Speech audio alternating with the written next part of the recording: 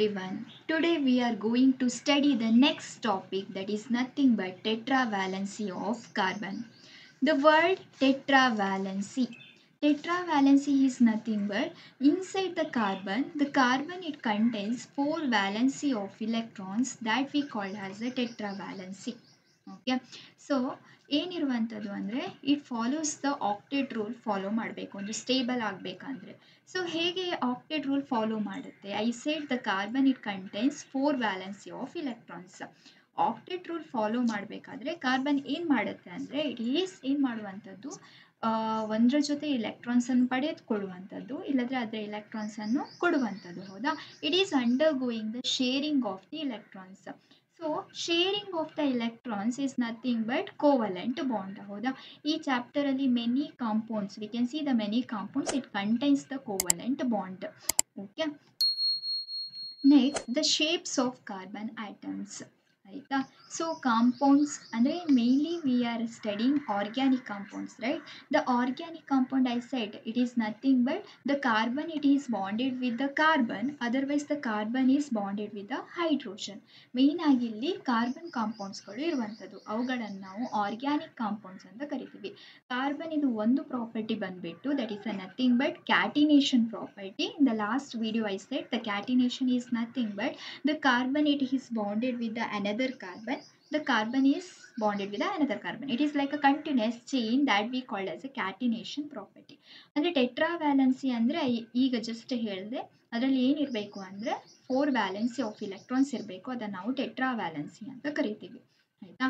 Sharing of the electrons ಅಂದರೆ covalent bond ಆಗಿರುತ್ತೆ.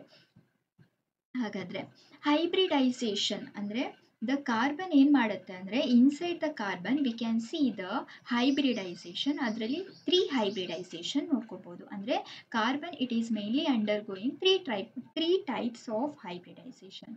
One is sp, sp2 and sp3 hybridization. Before going to the sp, sp2, sp3 we will study hybridization ಅಂದರೆ ಏನು ಅಂತ ತಿಳ್ಕೊಳ್ಳುವ. Hybridization is a concept of mixing atomic orbital to form new hybrid orbitals. ಹಾಗಂದ್ರೆ ಏನು ಮಾಡುತ್ತೆ ಅಂದರೆ ಈಗ ಇಂಟರ್ಮಿಕ್ಸಿಂಗ್ of orbitals ಇಂಟರ್ಮಿಕ್ಸಿಂಗ್ ಆಗಿ ಒಂದು ನ್ಯೂ ಹೈಬ್ರಿಡ್ ಆರ್ಬಿಟಲ್ಸ್ ಫಾರ್ಮೇಷನ್ ಆಗುವಂಥದ್ದು, ಅದನ್ನು ನಾವು ಹೈಬ್ರಿಡೈಸೇಷನ್ ಅಂತ ಕರಿತೀವಿ. ಹಾಗಾದರೆ ಹೈಬ್ರಿಡೈಸೇಷನ್ ಅನ್ನುವ ಕಾನ್ಸೆಪ್ಟನ್ನು ಯಾಕೆ ಕಲಿಬೇಕು? Why do we need hybridization? Hybridization it is help to explain the polyatomic hybridization it is help to study the polyatomic molecules.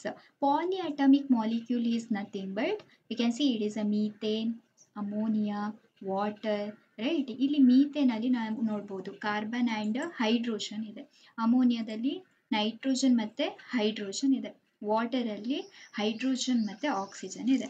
ಹೌದಾ? So it contains what? Polyatomic molecules ಅಂತ ಕರಿತೀವಿ.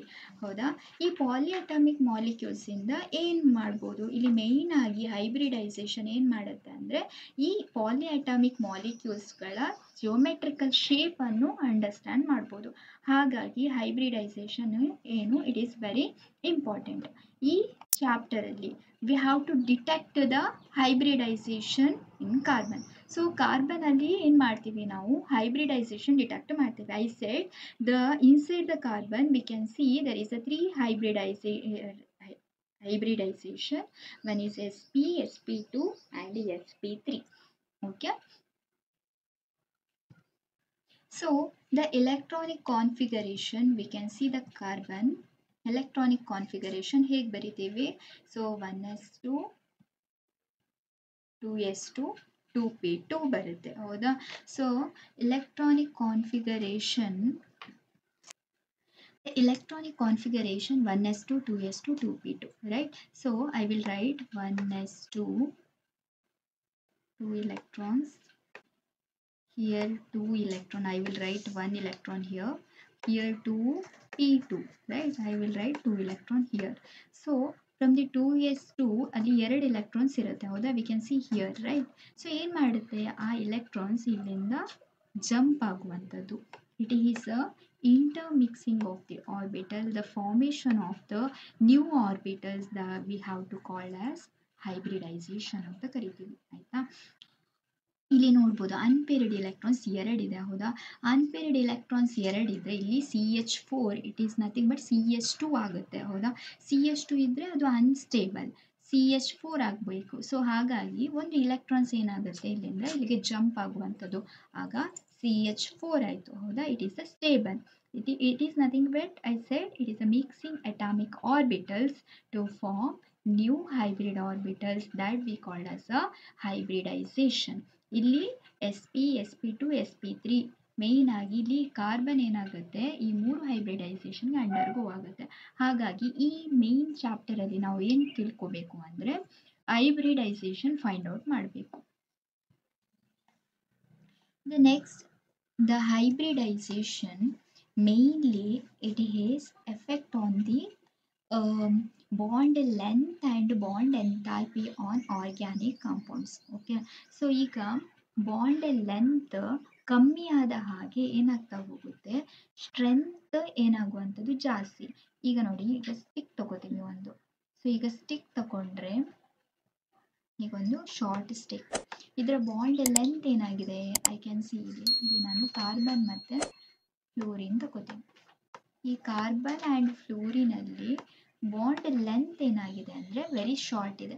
ಬಾಂಡ್ ಲೆಂತ್ ಶಾರ್ಟ್ ಆದ ಹಾಗೆ bond strength ಏನಾಗ್ತಾ ಹೋಗುತ್ತೆ, ಜಾಸ್ತಿ ಆಗ್ತಾ ಹೋಗುತ್ತೆ. ಐ ಸೆಡ್ ದ ಯಾವುದೆಲ್ಲ ಹೈಬ್ರಿಡೈಸೇಷನ್ sp3 sp2. ಹೌದಾ, ಸೊ ಇಲ್ಲಿ sp ಹೈಬ್ರಿಡೈಸೇಷನ್ ಇಲ್ಲಿ ಇದರ ಶೇಪ್ ಬಂದ್ಬಿಟ್ಟು here I said the linear shape, sp2 trigonal planar shape, sp3 tetrahedral shape ಆಗಿರುತ್ತೆ. ಹೌದಾ, the carbon it is undergoing sp2 sp3 ಕೂಡ ಆಗಿರುತ್ತೆ. ಹಾಗಾದ್ರೆ ಐ ಸೆಡ್ ಇಲ್ಲಿ ಪರ್ಸೆಂಟೇಜ್ ನೋಡುವಾಗ sp ಕ್ಯಾರೆಕ್ಟರ್ ಪರ್ಸೆಂಟೇಜ್ 50%, sp2 ನೋಡಿ ಇಲ್ಲಿ 33.3%, sp3 25%. ಹಾಗಾಗಿ ಇಲ್ಲಿ ಎಸ್ ಕ್ಯಾರೆಕ್ಟರ್ ನೋಡ್ತಾ ಹೋದರೆ ಏನಾಗ್ತಾ ಹೋಗಿದೆ, ಇಲ್ಲಿ sp ಹೈಬ್ರಿಡೈಸೇಷನ್ ಅಲ್ಲಿ ಎಸ್ ಕ್ಯಾರೆಕ್ಟರ್ 50%. ಹೌದಾ, ಸೊ 50% ಜಾಸ್ತಿ ಇದೆ. ಹಾಗಾದರೆ ಎಲೆಕ್ಟ್ರೋನೆಗೆಟಿವಿಟಿನೂ ಜಾಸ್ತಿ. ಐ ಸೆಡ್ ದ ಏನಾಗುತ್ತೆ ಅಂದರೆ ಇಲ್ಲಿ ಎಲೆಕ್ಟ್ರೋನೆಗೆಟಿವಿಟಿ ಜಾಸ್ತಿ ಇರುತ್ತೆ, ಯಾಕಂದರೆ ಎಸ್ ಕ್ಯಾರೆಕ್ಟರ್ ಜಾಸ್ತಿ ಇದೆ 50%. ಇಲ್ಲಿ sp2 ಇಲ್ಲಿ 33% ಮತ್ತು ಇಲ್ಲಿ sp3ಯಲ್ಲಿ 25% ಆಗಿದೆ. ಹೌದಾ, ಯಾಕೆ ಎಸ್ ಕ್ಯಾರೆಕ್ಟರ್ 50% ಇದೆ ಅಂದರೆ the S orbital which is very near to the ನ್ಯೂಕ್ಲಿಯಸ್ಗೆ ಹತ್ತಿರ ಇದ್ದಾಗ ಏನಾಗುತ್ತೆ, ಬಾಂಡ್ ಲೆಂತ್ ಕೂಡ ಶಾರ್ಟ್ ಇರುತ್ತೆ ಆ್ಯಂಡ್ ಏನಾಗ್ತಾ ಹೋಗುತ್ತೆ, ಬಾಂಡ್ ಸ್ಟ್ರೆಂತ್ ತುಂಬ ಸ್ಟ್ರಾಂಗ್ ಇರುತ್ತೆ. ಐ ಸೆಡ್ ಸ್ಟಿಕ್, ಒಂದು ಸ್ಮಾಲ್ ಸ್ಟಿಕ್ ತಗೊಂಡ್ರೆ ನಾವು ಬ್ರೇಕ್ ಮಾಡುವಾಗ ತುಂಬ ಕಷ್ಟ. ಹೌದಾ, ಅದರ ಸ್ಟ್ರೆಂತ್ ಏನಾಗಿರುತ್ತೆ, ತುಂಬ ಸ್ಟ್ರಾಂಗ್ ಆಗಿರುತ್ತೆ. ಹಾಗಾಗಿ ದ ಬಾಂಡ್ ಲೆಂತ್ ಕಮ್ಮಿ ಆದ ಹಾಗೆ ಬಾಂಡ್ ಸ್ಟ್ರೆಂತ್ ಜಾಸ್ತಿ ಆಗ್ತಾ ಹೋಗುತ್ತೆ. ಇಲ್ಲಿ sp ಹೈಬ್ರಿಡೈಸೇಷನ್ 50% ಆಗಿದೆ, ಯಾಕಂದರೆ ಎಸ್ ಕ್ಯಾರೆಕ್ಟರ್ ಜಾಸ್ತಿ ಇದೆ.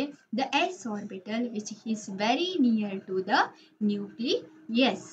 ಸೊ sp3 25%, sp2 33.3% ಆಗಿರುತ್ತೆ.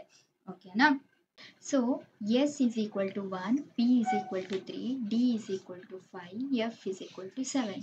Okay, so S 1s2 2s2 ಬರೆಯುವಾಗ 1 ಬಾಕ್ಸ್ ಹಾಕ್ತೀವಿ. ಹೌದಾ, P ಅಂದರೆ 3 ಬಾಕ್ಸ್, D ಅಂದರೆ 5 ಬಾಕ್ಸ್, ಆ ಥರ. ಈಗ ಒಂದು ಕಾರ್ಬನ್ಗೆ 4 ಆಟಮ್ಸ್ ಅಟ್ಯಾಚ್ ಆಗಿದೆ ಅಂತ ಅನ್ಸ್ಕೊಳ್ಳೋಣ, 4. ಓಕೆ, ಸೊ 4 ಆಟಮ್ಸ್ ಅಟ್ಯಾಚ್ ಆಗಿದೆ.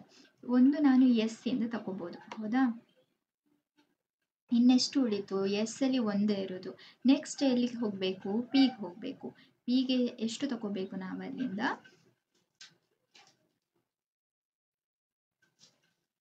3 ತಗೋತೀವಿ. So it is undergoing which hybridization, sp3 hybridization undergo ಆಗುತ್ತೆ.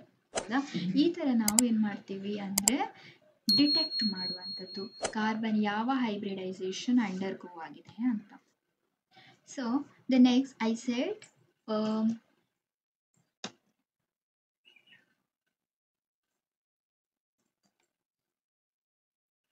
So sp, it is the linear shape. We can see here it is a linear shape, and sp2 it is a trigonal planar, and sp3 is the tetrahedral shape.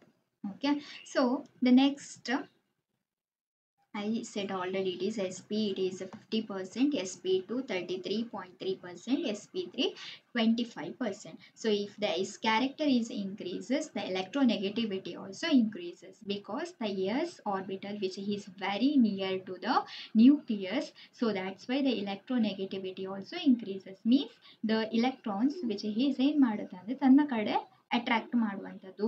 ಹಾಗಾಗಿ bond strength ಏನಾಗ್ತಾ ಹೋಗುತ್ತೆ, ಜಾಸ್ತಿ ಆಗ್ತಾ ಹೋಗುತ್ತೆ. ಹಾಗಾದ್ರೆ ನಾವು ಹೇಗೆ hybridisation find out ಮಾಡುವಂಥದ್ದು ಕಾರ್ಬನ್ ಅಲ್ಲಿ ನೋಡುವ. Okay, I said S is equal to 1, P is equal to 3, D is equal to 5, F is equal to 7. Okay, na? So shortcut to determines the hybridization of carbon.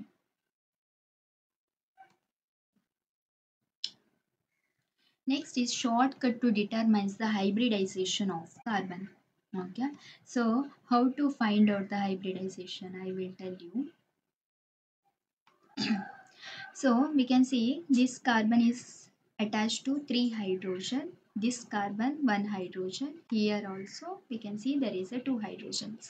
ಹೌದಾ, ಇದರಲ್ಲಿ ಏನು ಮಾಡುವ ಅಂದರೆ ಈಗ ಈ ಫಸ್ಟ್ ಕಾರ್ಬನ್ನ ಹೈಬ್ರಿಡೈಸೇಷನ್ ಫೈಂಡ್ ಔಟ್ ಮಾಡುವ. ಇದು S P SP2 SP3 ಅಂತ ಹೇಗೆ ಫೈಂಡ್ ಔಟ್ ಮಾಡ್ತೀವಿ ಅಂದರೆ, ಈಗ ಈ ಕಾರ್ಬನ್ ಸುತ್ತ ಎಷ್ಟು ಹೈಡ್ರೋಜನ್ ವಿತ್ ಕಾರ್ಬನ್ ಯಾವುದೆಲ್ಲ ಆಟಮ್ಸ್ ಅಟ್ಯಾಚ್ ಆಗಿದೆ ಅಂತ ನೋಡ್ಕೊಳ್ವಾ. ಯಾವುದೆಲ್ಲ ಬೇಕಂತಿಲ್ಲ, ಎಷ್ಟು ಆಟಮ್ಸ್ ಅಟ್ಯಾಚ್ ಆಗಿದೆ ಈ carbon. The first carbon I will consider this first carbon.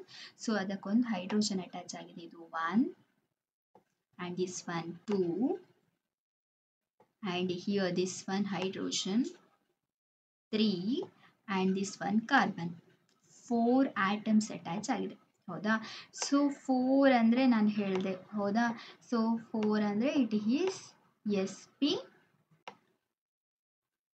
Hybridisation. S ಇಂದ 1 ಆ್ಯಂಡ್ ಪಿ ಇಂದ 3 ಇರುತ್ತೆ. ಹೌದಾ, ಅದರಿಂದ sp3 3 ಪ್ಲಸ್ 1 ಆಯಿತು, 4 ಆಯಿತು. So it is undergoing sp3 hybridization. First carbon. Second carbon ನೋಡ್ಕೊಳ್ಳೋ. Second carbon, this one is our second carbon. So ಈ second ಕಾರ್ಬನ್ಗೆ ಒಂದು ಕಾರ್ಬನ್ ಇಲ್ಲಿ ಅಟ್ಯಾಚ್ ಆಗಿದೆ. ಸರೌಂಡಿಂಗ್ಸಲ್ಲಿ ಏನೆಲ್ಲ ಅಟ್ಯಾಚ್ ಆಗಿದೆ ಅದನ್ನು ಕನ್ಸಿಡರ್ ಮಾಡಬೇಕು. 1, here it is 2 and this one is 3 ಆಯಿತು. ಸೊ 3 ಅಂದರೆ ಏನು ಬರುತ್ತೆ ಈಗ, ಎಸ್ ಇಂದ 1 ತಗೋತೀರಾ ನೀವು. ಹೌದಾ, ಸೊ ಎಸ್ ಆ್ಯಂಡ್ ಒಂದು ಲೆಸ್ ಮಾಡಬೇಕು, sp2 ಹೈಬ್ರಿಡೈಸೇಷನ್ ಆಗುತ್ತೆ. ಸೊ ಅದೇ ಈ ಕಾರ್ಬನ್ ನೋಡ್ಕೊಳ್ಳಿ, ಇದು ಥರ್ಡ್ ಕಾರ್ಬನ್. ಈಗ ನಮ್ಮದು ಥರ್ಡ್ ಕಾರ್ಬನಲ್ಲಿ ದ ಫಸ್ಟ್ 1 ಹೈಡ್ರೋಜನ್ ಒಂದಾಯಿತು, ಸೆಕೆಂಡ್ 1 ಆ್ಯಂಡ್ ಥರ್ಡ್ 1 ಮೂರಾದರೆ it is also undergoing sp2 hybridization I said. So ಇದನ್ನು ನೋಡ್ಕೋಬೇಕು ನಾವು. ಎಸ್ ಈಸ್ ಈಕ್ವಲ್ ಟು ಅಂದರೆ 1 ಆಯಿತಾ. ಪಿ ಯಲ್ಲಿ ಎಷ್ಟು ಬರುತ್ತೆ, ನಾವು ಎಲೆಕ್ಟ್ರಾನಿಕ್ ಕಾನ್ಫಿಗರೇಷನ್ ಹಾಕುವಾಗ 3 ಬಾಕ್ಸ್ ಹಾಕೋತೀವಿ. ಹೌದಾ, ಸೊ ಇಟ್ ಈಸ್ 3 ಸಾರಿ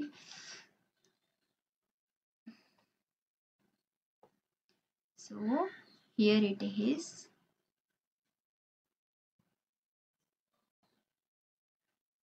3 ಬರುತ್ತೆ ಆ್ಯಂಡ್ sp3 ಆಯಿತು.